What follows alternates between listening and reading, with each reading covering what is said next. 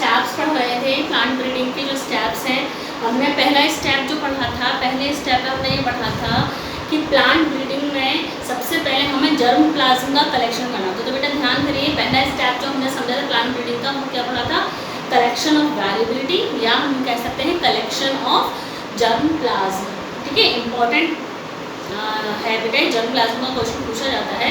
तो germ plasm collection का मतलब क्या हुआ था? हमने समझा था जर्म प्लाज्म कलेक्शन का मतलब है कि सेट ऑफ एलील्स, मतलब कि किसी प्लांट के अंदर वो सारे कैरेक्टर हों जो कि आप चाहते हैं। तो मतलब किसी एक क्रॉप के अंदर या किसी एक प्लांट के अंदर, जैसे कि गेहूं की वैरायटी है ना, तो गेहूं की वैरायटी जो भी है उसके अंदर वो सारे कैरेक्टर्स हैं जो कि आप चाहते हैं। तो वो सारे कैरेक्टर्स किसी एक प्लांट में होना ही क्या कहलाता है? Germ plasm collection. इसको आप इस तरीके से भी समझ सकते हैं, जैसे मैंने आपको बताया था कि ये जो कलेक्शन ऑफ एलील्स होता है, कलेक्शन ऑफ एलील्स मतलब कि एक ऐसा प्लांट है जिसमें बहुत सारे कैरेक्टर्स प्रेजेंट हैं, जैसे कि लंबी हाइट है उसकी, बहुत ज़्यादा उसमें यील्ड हो रही है, उसमें डिजीज़ नहीं लगती, उसमें कीड़ा नहीं लगता, तो और भी वैरायटी हैं जो टेम्परेचर को सहन कर सकता है। तो वो सारी क्वालिटी जो है उस पौधे के अंदर है। ऐसी क्वालिटी जो होती हैं वो ज़्यादातर किस में मिलती हैं? वाइल्ड वैरायटीज़ में मिलती हैं। हमने कहा था वाइल्ड वैरायटीज़ वो जैसे कि जंगल में जो हो रही हैं। हम लोग जो आमतौर पर जो फसल उगाई जाती है वो डोमेस्टिकेटेड वैरायटी कही जाती है। आमतौर पर जो फसल उगाई जाती है उसको क्या कहते हैं? Domesticated crop. आमतौर पर जो फसल उगाई जाती है उसको कहते हैं डोमेस्टिकेटेड क्रॉप। और वाइल्ड वैरायटी होती है बेटा, वाइल्ड वैरायटी में वो सारे कैरेक्टर्स होते हैं जो कि आप चाहते हैं। हम लोग प्लांट ब्रीडिंग में क्या पढ़ रहे हैं कि क्रॉप का उत्पादन, फसल का उत्पादन बहुत ज़्यादा मात्रा में बढ़ाना है। तो उसके लिए क्या बहुत ज़्यादा मात्रा में बढ़ाना है, प्लस हमें डिज़ायर्ड कैरेक्टर चाहिए। यानी कि सपोज अगर हम चाहते हैं, मैं आपको जर्म प्लाज्म कलेक्शन ही बता रही हूँ, एक बार फिर से समझ लीजिए अच्छे से, कि सपोज हमने कहा कि अगर हमें एक ऐसी फसल बनानी है, हमें एक ऐसा प्लांट बनाना है जिसमें कि कीड़ा ना लगे, तो आपका डिज़ायर्ड कैरेक्टर है कि कीड़ा ना लगे हमारी प्लांट में। तो आप वाइल्ड वैरायटी को ढूंढने के लिए निकले, आप जंगल में गए, आपने देखा कि वो प्लांट जो कि आप चाहते हैं, बहुत सारे प्लांट लगे हुए हैं वहाँ पर। आप बहुत सारे प्लांट, सपोज हमने कहा गेहूँ का ऐसा पौधा हम बनाना चाहते हैं जिसमें कीड़ा ना लगे।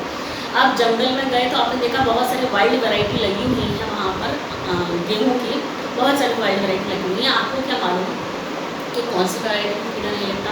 तो आपने क्या किया, जितने भी गेहूँ के पौधे थे वहाँ पर, उन सभी के बीजों को आप इकट्ठा करके लेकर आ गए। आपने उन पौधों को, हमने कहा था ना कि इवैल्यूएशन करते हैं, जर्म प्लाज्म कलेक्शन के बाद में इवैल्यूएशन करते हैं, यानी कि हमने कहा था चेक करते हैं कि वास्तव में वाइल्ड वैरायटी के अंदर वो कैरेक्टर है जो हम चाहते हैं या नहीं। हमने कहा था ना इवैल्यूएशन, जर्म प्लाज्म कलेक्शन के बाद इवैल्यूएशन करते हैं। तो हम जंगल जाकर उन सभी गेहूँ के पौधों के बीजों को लेकर आ गए। सपोज हम 50 तरह के पौधों के बीजों को लेकर आए, 50 तरह के पौधों के बीजों को लेकर 50 बीज लेकर आए। आपने उन 50 बीजों को बो लिया। जब आपने उन 50 बीजों को बो दिया तो उनसे जो पौधे बने, तो आपको क्या लगता है कि 50 के 50 पौधे ऐसे बने होंगे जिसमें कीड़ा नहीं लगता होगा? नहीं। हो सकता है कि उस 50 में से 4 ऐसे हों जिनमें कीड़ा ना लग रहा हो, बाकी सब में कीड़ा लग रहा था। तो आपका डिज़ायर्ड कैरेक्टर उन 50 में से 4 के पास था, बाकी के 50 में से 4 आपके डिज़ायर्ड कैरेक्टर वाले थे, बाकी के बचे कितने? 46 पौधे ऐसे थे जिसमें आपका डिज़ायर्ड कैरेक्टर नहीं था, लेकिन और कुछ उनमें अच्छे कैरेक्टर थे। हो सकता है कि वो टेम्परेचर को सहन करने वाले प्लांट हो सकता है कि उनमें कम खाद की ज़रूरत पड़ती, हो सकता है कि उनमें कम पानी की ज़रूरत पड़ती, तो कोई ना कोई अच्छा कैरेक्टर तो उनमें होगा ही। तो आप सोचिए कि एक गेहूँ के अंदर इतनी सारी, गेहूँ की वैरायटी के अंदर, गेहूँ की वाइल्ड वैरायटी के अंदर इतने सारे कैरेक्टर, इतने सारे जीन्स, जिनको हम कहते हैं जर्म प्लाज्म कलेक्शन। इसी को कहते हैं जर्म प्लाज्म कलेक्शन। जो 50 बीज आप इकट्ठे करके लेकर आए जंगल से, उन्हीं को कहते हैं जर्म प्लाज्म कलेक्शन, क्योंकि उन 50 बीजों में सब में अलग अलग कैरेक्टर थे और आपका वाला कैरेक्टर भी था जो आप चाहते थे। तो खैर आपके पास 4 पौधे आ गए, ठीक है ना, कि मतलब 50 में से 4 पौधे आपने देखे कि हाँ ये इन 4 पौधों में कीड़ा नहीं लग रहा है। तो आपके पास वो 4 पौधे आपने सेलेक्ट कर लिए। तो वो हुआ आपका सिलेक्शन।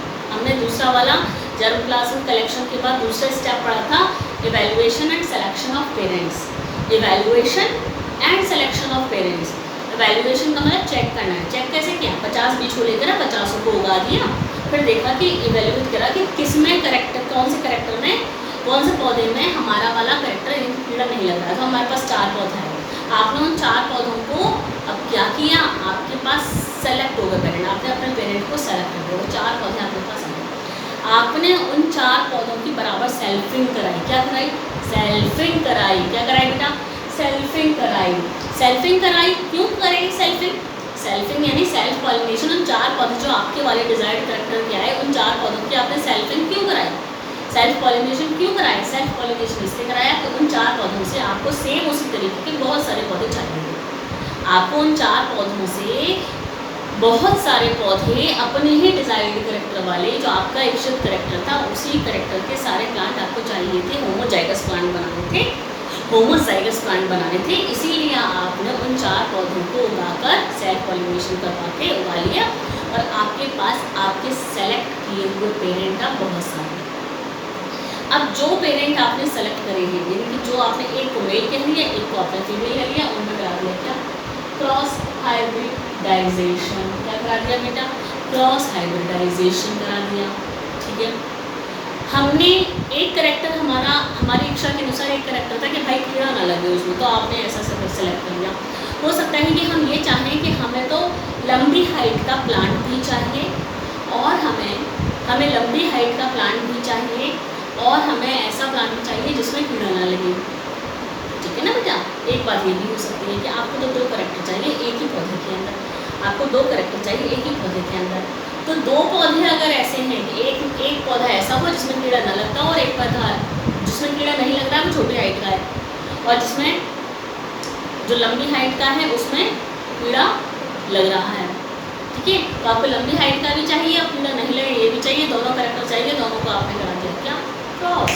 तो आपके पेरेंट हो गए cross hybridisation of selected parents. हमने तीसरा स्टेप पढ़ा था cross hybridisation of selected parents. ठीक है, हमने क्या पढ़ा था? Cross hybridisation of selected parents, यानी कि क्रॉस हाइब्रिडाइजेशन करवा दिया जाता है सिलेक्शन के लिए। ये जो इस तरीके से जो क्रॉसिंग की जाती है, ये नॉर्मल क्रॉसिंग होती है, ये नॉर्मल प्रोसेस होता है बेटा, जिसमें 2 प्लांट को आपने सेलेक्ट कर लिया, क्रॉस करवा दिया, जो वैरायटी बनी वो हाइब्रिड वैरायटी बनी। और ये जो हाइब्रिड वैरायटी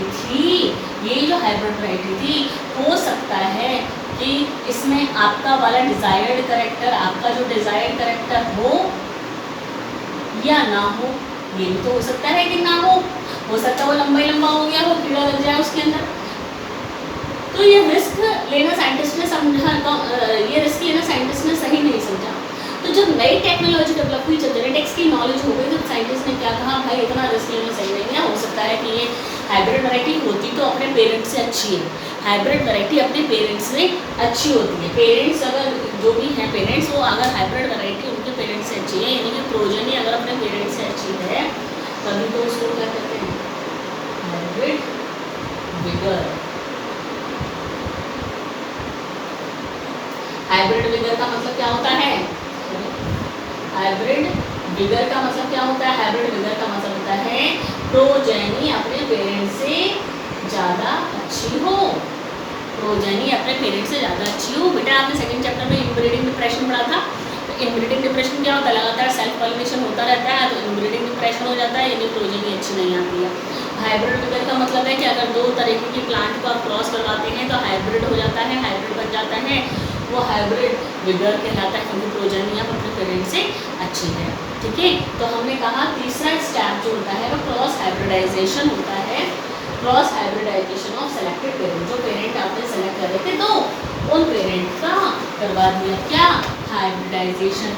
ये नॉर्मल प्रोसेस है ब्रीडिंग का, प्लांट ब्रीडिंग का नॉर्मल प्रोसेस है, जिसमें कि बहुत ही अधिक समय लगता है, बहुत अधिक समय लगता है इस तरीके के प्रोसेस में। इस तरीके के प्रोसेस में बहुत अधिक समय लगता है। जैसे कि उदाहरण देते हैं, वीट की एक वैरायटी है, गेहूं की एक वैरायटी है, गेहूं की एक वैरायटी है जिसका नाम है HUW 468। गेहूं की ये वैरायटी है HUW 468। गेहूं की ये वैरायटी बनाने में कितना समय लगा?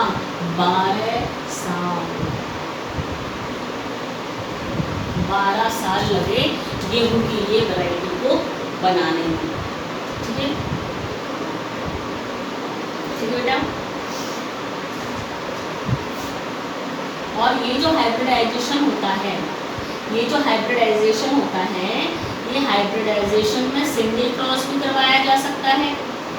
ये हाइब्रिडाइजेशन में सिंगल क्रॉस भी करवाया जा सकता है, यानी कि दो प्लांट के बीच में क्रॉस, यानी कि दो प्लांट के बीच करवाया जा सकता है, या फिर इसमें मल्टीपल क्रॉस भी करवाया जा सकता है, यानी कि कई दो से अधिक प्लांट के बीच में, दो से अधिक प्लांट के बीच में क्रॉस करवाया जा सकता है। ठीक है, तो ये टेक्निक जो थी बहुत ही टाइम कंज्यूमिंग थी। कैसी थी? टाइम कंज्यूमिंग थी। ठीक है, बहुत ही ज़्यादा टाइम लगता था इसमें। जरा एनसीईआरटी पर थोड़ा सा ध्यान देंगे बेटा। पेज नंबर 171 पर आइएगा, जरा पेज नंबर 171 पर आइएगा बेटा। एनसीईआरटी को इस चैप्टर को एनसीईआरटी से पढ़ना बहुत ही ज़रूरी है। देखिए, हमने ये पहला स्टेप पढ़ लिया, कलेक्शन ऑफ वेरिएबिलिटी। हमने दूसरा पढ़ लिया evaluation and selection of parent. हमने तीसरा पढ़ लिया cross hybridization among the selected parents. Cross hybridization among the selected parents. देखिए क्या लिखा है क्रॉस हाइब्रिडाइजेशन में, the desired characters have very often to be combined from two different plants. For example, high protein quality of one parent में need to be combined with disease resistant from another parent. इस line को मतलब समझिए, यानी कि ये कह रहे हैं कि द डिजायर्ड कैरेक्टर है very often to be combined with two different plants. मतलब दो अलग अलग प्लांट के बीच में क्रॉस करवाया जा सकता है। जैसे कि ये वाला प्लांट है, इसमें हाई प्रोटीन है, इसमें प्रोटीन बहुत अधिक मात्रा में है, और ये वाला है जिसमें कि डिजीज़ नहीं लगती है। तो इसमें हाई प्रोटीन है लेकिन इसमें डिजीज़ लग जाती है, इसमें डिजीज़ नहीं लगती है लेकिन इसमें प्रोटीन कम है। हमें तो एक ही प्लांट चाहिए जिसमें ये दोनों कैरेक्टर हो, प्रोटीन भी ज़्यादा मिले और डिजीज़ में लगे। तो हमने इन दोनों का करा दिया क्या? Cross hybridisation. तो क्या बना? हाइब्रिड बना, जिसमें कि डिजीज़ भी नहीं लगेगी और उसमें प्रोटीन भी ज़्यादा होगा। तो वो जो प्रोजेनी बनी अपने पेरेंट्स से ज़्यादा अच्छी थी। इसी को कहते हैं हाइब्रिड फिगर। क्या कहते हैं? Hybrid figure. वही बात हमने अभी की थी बेटा। ठीक है, ये कह रहा है for example, high protein quality of one parent में need to be combined with disease resistant from another parent.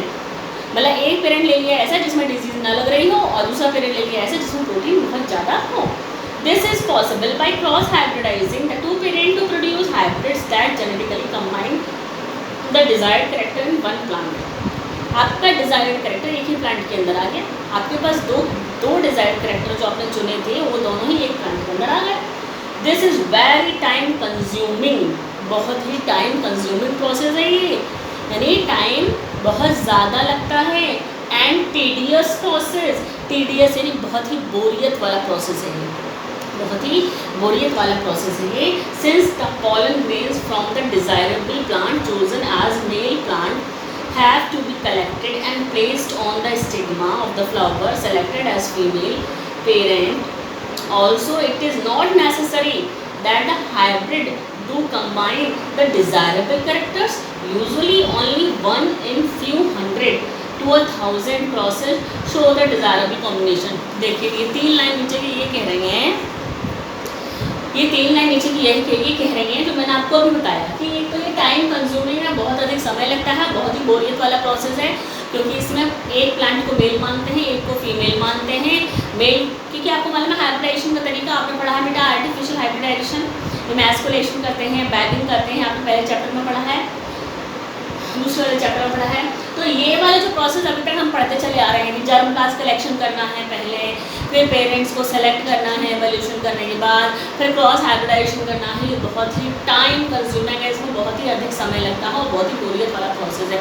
और दूसरी चीज़ ये कि ये भी कोई ज़रूरी नहीं है कि जो हाइब्रिड बन रहे हैं उन हाइब्रिड में जो हाइब्रिड आपने बनाया इनसे, इस प्रोसेस से जो हाइब्रिड बन गया, हो सकता है कि उनमें आपका डिजायरेबल करेक्टर हो ही ना।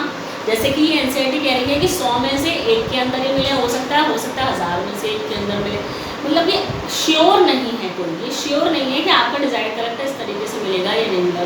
तो साइंटिस्ट ने दूसरा ही प्रोसेस सोच लिया, उन्होंने सोचा भाई जो करेक्टर हमें चाहिए उस करेक्टर का जीन निकालो, जीन ही निकाल लो, उस करेक्टर का जीन निकालो। क्यों? क्योंकि जेनेटिक्स की नॉलेज हमारे पास आ चुकी है।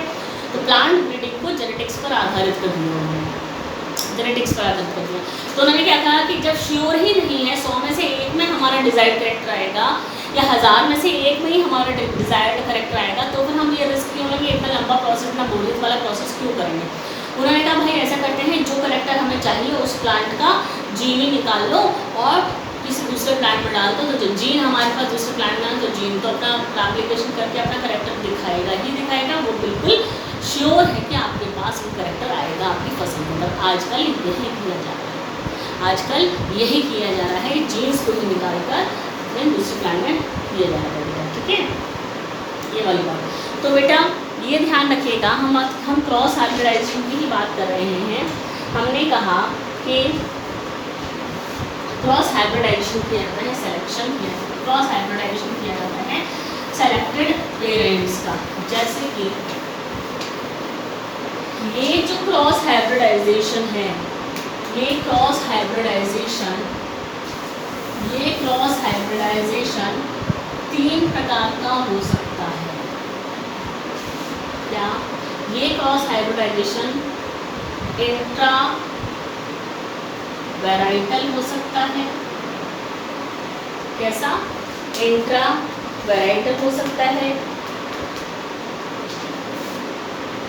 इंटर स्पेसिफिक हो सकता है, इंटर स्पेसिफिक हो सकता है और इंटर स्पेसिफिक, इंट्रा स्पेसिफिक और इंट्रा जेनेरिक हो सकता है। ये क्रॉस हाइब्रिडाइजेशन 4 प्रकार का हो सकता है। इंट्रा वैराइटल,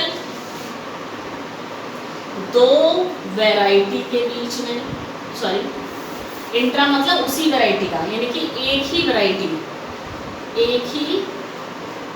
वैरायटी के 2 पौधों में कराया जा सकता है, तो इंट्रा वैराइटल। इंटर स्पेसिफिक स्पीशीज होती है ना, जीनस और स्पीशीज आपने बताया, एक ही 2 अलग अलग स्पीशीज के बीच में, 2 अलग अलग, इंटर यानी 2 के बीच में 2 अलग अलग स्पीशीज में करवाया जा सकता है क्रॉस। इंट्रा स्पेसिफिक, एक ही स्पीशीज के 2 पौधों में, एक ही स्पीशीज के 2 पौधों में क्रॉस करवाया जाता है, तो इंट्रा स्पेसिफिक, ठीक है। इंट्रा जेनेरिक यानी एक ही जीनस के बीच में, एक ही जीनस के 2 पौधों में कराया जा सकता है। तो इस प्रकार से ये 4 प्रकार का हो सकता है, इंट्रा वैराइटल, इंटर वैराइटल, इंट्रा स्पेसिफिक और इंट्रा जेनेरिक, ठीक है ना। इंट्रा वैराइटल और इंट्रा स्पेसिफिक। अब आप देखिए बेटा, इस तरीके से जो इंटर स्पेसिफिक वैरायटी है, इससे गेहूं की बहुत वैरायटी बनाई गई है। इस तरीके से गेहूं की बहुत वैरायटी बनाई गई है, यानी कि गेहूं की 2 अलग अलग स्पीशीज में करके, जैसे कि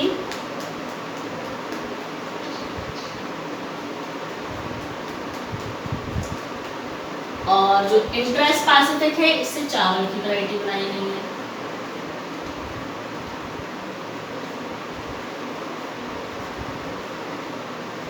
इससे क्या बनाई गई है?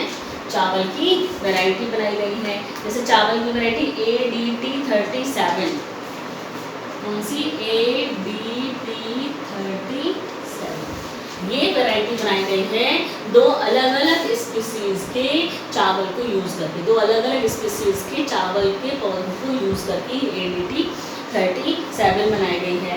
और कौन से बनाई गई है? ओराइजा ADT 37 जो है वो ओराइजा जैपोनिका और ओराइजा इंडिका, इन दो वैरायटी को क्रॉस करके इन दो स्पीशीज, ओराइजा जैपोनिका वो अलग अलग स्पीशीज है ना, तो इन स्पीशीज को एक ही करके तब बनाई गई है। ज़्यादा नहीं है, एक ही स्पीशीज को क्रॉस करके, ठीक है।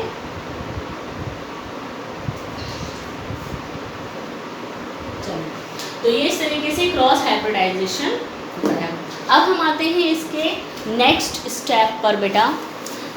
क्रॉस आप जानते ही हैं बेटा कैसे करते हैं, मैस्कुलेशन करेंगे, मैस्कुलेशन के बाद बैगिंग करेंगे, बैगिंग के बाद फिर क्रॉस करेंगे। तो ये हुआ तीसरा स्टेप।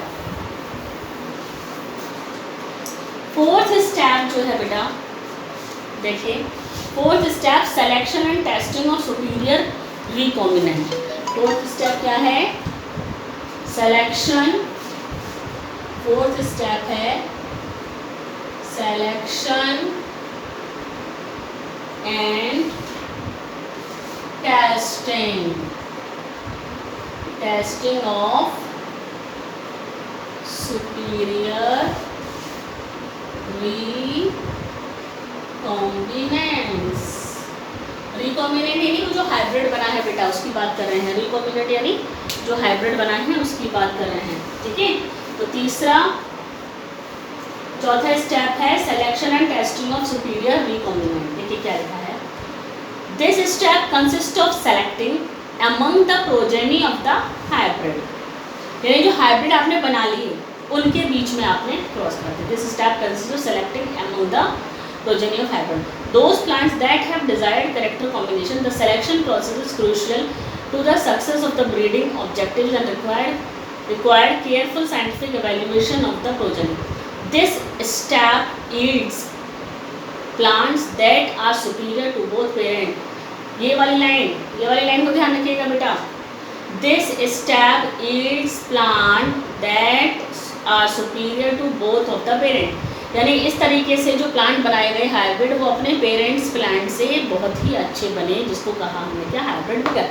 क्या कहते हैं इसी को? हाइब्रिड विगर कहते हैं बेटा।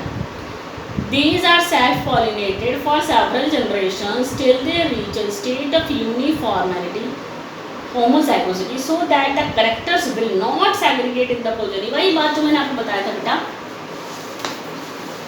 Selection and testing of superior recombinant, यानी कि आपने दो प्लांट के, दो अलग अलग कैरेक्टर के प्लांट के बीच क्रॉस कराया, हाइब्रिड वैरायटी आई, हाइब्रिड वैरायटी को आपने लगातार सेल्फ पॉलिनेशन कराया, हाइब्रिड वैरायटी को आपने लगातार सेल्फ पॉलिनेशन कराया।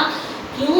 क्योंकि जिससे कि जो कैरेक्टर आपका आया है कहीं वो अलग ना हो जाए, कहीं वो उस प्लांट में से सेग्रीगेट होकर ना चला जाए अगर आपने किसी दूसरे से कराया। तो हमने लगातार सेल्फ पॉलिनेशन कराया, तब तक कराते गए जब तक कि होमोजाइगोसिटी नहीं आ गई।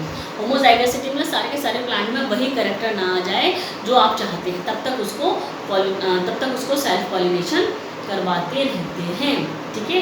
तो तीसरा स्टेप हुआ। चौथा स्टेप है टेस्टिंग, रिलीज एंड कमर्शलाइजेशन। पांचवा स्टेप है testing, release and commercialization of new cultivars and commercialization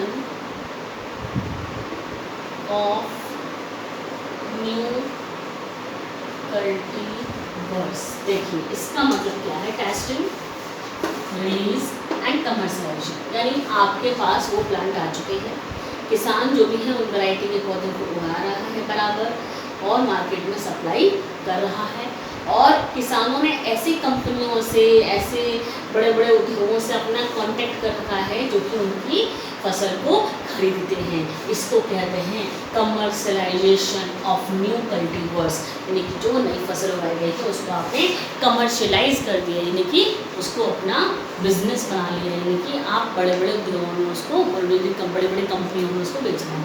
जैसे कि आलू, जो किसान आलू उगा रहे हैं वो बड़ी बड़ी कंपनी से, पार्ले की कंपनी से या लेज की कंपनी से, उनसे कॉन्टैक्ट कर रखा है, तो उनके लिए वो काम कर रहे हैं, तो उन्होंने उसको कमर्शलाइज कर दिया। ठीक है, ये मतलब है इसका। देखिए आगे क्या लिखा हुआ है इस वाले में बेटा, 5वें में, the newly selected lines. Lines याद रखिए क्या बताया था, लाइन का मतलब कुछ और नहीं, लाइन का मतलब प्लांट है, वो जो आपने बना लिया जिसमें कि वो सारे करेक्टर हैं जो आप चाहते थे, पेरेंट वाले करेक्टर। जिस लाइन का मतलब है एक ऐसा प्लांट जिसमें अपने पेरेंट के करेक्टर हैं। लाइन का मतलब एक ऐसा प्लांट जिसमें अपने पेरेंट्स के करेक्टर सारे हैं, वो लाइन कहलाता है। The newly selected lines are evaluated for their yield and other agronomic traits of qualities, disease resistance etcetera, यानी कि वो उस प्लांट में आपके सारे करेक्टर हैं। This evaluation is done by growing these in research field and recording their performance under ideal fertilization application, irrigation and other crop management practices. यानी आपने अच्छी फसल जो उगा ली उसको आपने सेलेक्ट कर लिया, अब आप उसको कमर्शलाइजेशन करना चाहते हो तो उसको रिसर्च की फील्ड में आप उगाइए, यानी कि जो रिसर्च इंस्टीट्यूट होते हैं बड़े बड़े, वहाँ पर फील्ड होती हैं बड़ी बड़ी, वहाँ पर उनको उगाया जाता है, उनकी टेस्टिंग की जाती है और देखा जाता है कि उस किस तरीके के प्लांट डेवलप हो रहे हैं वहाँ। ठीक है, और उनको प्रॉपर बढ़िया तरीके से सिंचाई की जाती है, बढ़िया तरीके की खाद यूज़ की जा रही है वहाँ पर, तो इस तरीके से कमर्शलाइज कर देते हैं। The evaluation in research field, the evaluation in research field is followed by testing the material in farmers field for at least 3 growing seasons at several locations in the country, representing all the बेटा इस line का मतलब समझ लीजिएगा, representing all the agroclimatic zones where the crop is usually grown। ये कह रहे हैं कि अगर वो हाइब्रिड वैरायटी का, इस लाइन का मतलब ये है कि अगर जो हाइब्रिड वैरायटी आपने उगाई है ना, वो हाइब्रिड वैरायटी को रिसर्च की फील्ड में यूज़ करना चाह रहे हैं, रिसर्च की फील्ड में यूज़ करना चाह रहे हैं, तो पहले 3 सीज़न, उस फसल के 3 सीज़न तक उसको किसान के खेतों में ही उगाना पड़ता है, किसान के खेतों में ही उगाना पड़ता है। और अलग अलग राज्यों में जहाँ अलग अलग मौसम रहता है, अलग अलग क्लाइमेट, पंजाब में, गुजरात में, उत्तर प्रदेश में, मध्य प्रदेश में, जहाँ अलग अलग क्लाइमेट रहता है, वहाँ पर उस फसल को उगाकर देखना है कि किस तरीके से क्लाइमेट का असर उस प्लांट पर हो रहा है। ठीक है, तो इस लाइन का मकसद यही है, the material in the farmers field for at least 3 growing season, 3 growing season तक उसको उगाना पड़ता है, in at several locations in the country, अपने देश में कई जगह पर उसको उगा के देखना पड़ता है, representing all the agroclimatic zones where the crop is usually grown. ठीक है, the material is evaluated in comparison to the best available local crop cultivar, a check or reference cultivar, और उसको लोकल क्रॉप कल्टीवर कहा जाता है, best cultivar कहा जाता है। ठीक है, क्या कहा जाता है, बेस्ट कल्टीवर कहा जाता है। आगे वाला पैराग्राफ देखिए बेटा, ये हमने इसके 5 स्टेप थे, प्लांट ब्रीडिंग के 5 स्टेप। पहला स्टेप जर्म क्लास कलेक्शन, दूसरा step evaluation and selection of parents, तीसरा स्टेप क्रॉस हाइब्रिडाइजेशन, चौथा step selection and testing of superior recombinant, और 5वां step testing, release and commercialization of new cultivar. यानी आपने variety बना ली, आपने उसको कमर्शलाइज कर दिया, मार्केट में सप्लाई कर दिया, रिलीज़ कर दिया। ठीक है, ये 5 स्टेप हो गए प्लांट ब्रीडिंग के। और हमने बताया ये वाला प्रोसेस जो होता है नॉर्मल प्लांट ब्रीडिंग है, जो कि सालों से लोग करते चले आ रहे हैं और बहुत ही बोरियत वाला और टाइम कंज्यूमिंग है, इसलिए साइंटिस्ट सीधे सीधे अब जीन वाला प्रोसेस अपनाने लगे हैं। ठीक है, आगे देखिए ज़रा बेटा, इम्पॉर्टेंट पैराग्राफ है, India is mainly an agricultural country. आपको मालूम है कि इंडिया में मेनली लोग खेती का काम करते हैं, ज़्यादातर लोग खेती का काम करते हैं, एग्रीकल्चरल कंट्री है, कृषि प्रधान कंट्री, कृषि प्रधान देश है हमारा India. Agriculture accounts for approximately 33% of India's GDP and employs nearly 62% of the population. India में 62% लोग खेती का काम करते हैं। इंडिया में 62% जो पॉपुलेशन है, पॉपुलेशन का 62% भाग जो है वो खेती का काम करते हैं। और हमारे इंडिया का जो अकाउंट है उसका 33% पैसा जो है, 33% अकाउंट जो है वो खेती से ही चलता है। 33% अकाउंट जो है वो खेती से ही चलता है। खेती का ही पैसा होता है 33%। ठीक है। After India's independence one of the main challenge facing the country was that of producing enough food for the increasing population. ये बात हम पहले दिन कर चुके हैं बेटा, कि जब इंडिया को आज़ादी मिली थी, जब भारत को आज़ादी मिली थी, उस समय हमारा देश बहुत ही कठिन परिस्थितियों का सामना कर रहा था, क्योंकि हमारे देश में खाने के लिए फूड नहीं था, मतलब अनाज नहीं था, तो बाहर के देशों से मंगाया जाता था। ये बात मैंने प्रेजेंट की थी। As only limited land is fit for cultivation, क्योंकि हमारे इंडिया में उस समय में थोड़ी सी ही ज़मीन थी जो कि खेती के लिए फिट थी, खेती के लिए सही थी, बाकी पर खेती नहीं की जा सकती थी। India has to strive to increase yields per unit area from existing farm land, और इंडिया को अपनी यील्ड को बढ़ाना पड़ा उतनी ही फील्ड पर। डेवलपिंग कंट्री थी ना। The development of several high yielding varieties of wheat and rice in the mid 1960s as a result of various plant breeding technique lead to dramatic increase in food production in the country. 1960 में, आज़ादी के बाद 1960 में हमारे India में crop का production, फसल का उत्पादन बहुत ही तेजी से बढ़ गया। ठीक है। This phase is often referred to as green revolution. इसी को क्या कहा गया? ग्रीन रिवॉल्यूशन, यानी हरित क्रांति। Figure 9.3 represent some Indian hybrid crop of high yielding variety.